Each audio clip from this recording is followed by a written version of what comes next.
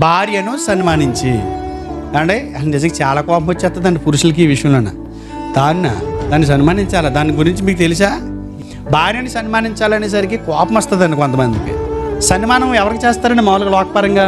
ఉద్యోగస్తులకే కదా. ఒక టీచర్ని సన్మానించినా, ఒక రాజకీయ నాయకుని సన్మానించినా, ఒక సినిమా యాక్టర్ని సన్మానించినా వీళ్ళెవ్వరు కూడా ఊరికి పని చేయలేదు, డబ్బులు తీసుకుని పనిచేశారు.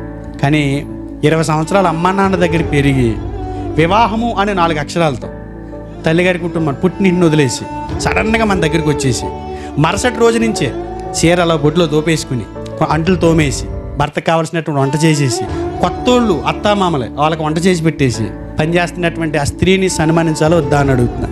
పర్లా కట్నం ఇచ్చి డబ్బు ఇచ్చి మనం స్వపరీక్ష చేసుకుందాం, వాళ్ళని పక్కనే విధంగా చెప్పి ఏదైనా ఒక చేప తెచ్చుకుని మీరే తోముకుని మీరే వంట చేసుకుని ఒక్క ముద్ద తినండి. తినముద్ద వేస్తుందా?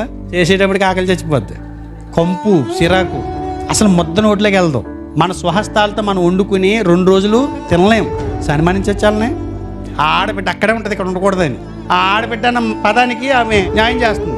మనం ఏం చేయాలి తెలుసా? ఆడబిడ్డకి సన్మానం చేయాలి. నీరసంగా ఉన్న పని చేస్తారు, మనం ఏం జీతం ఇవ్వట్లేదు వాళ్ళకి. కూర ఉన్నందుకు ఇంత, బట్టలు ఉతికినంత ఇంత ఇస్తే బిల్లు కడితే నేను వారానికి ఒక సాల్వ్ తెచ్చి సన్మానిస్తాను అంటాం. సన్మానించమని ఎందుకు చెప్పాడైనా? సన్మానించడం అంటే ఏంటి? గౌరవించడం.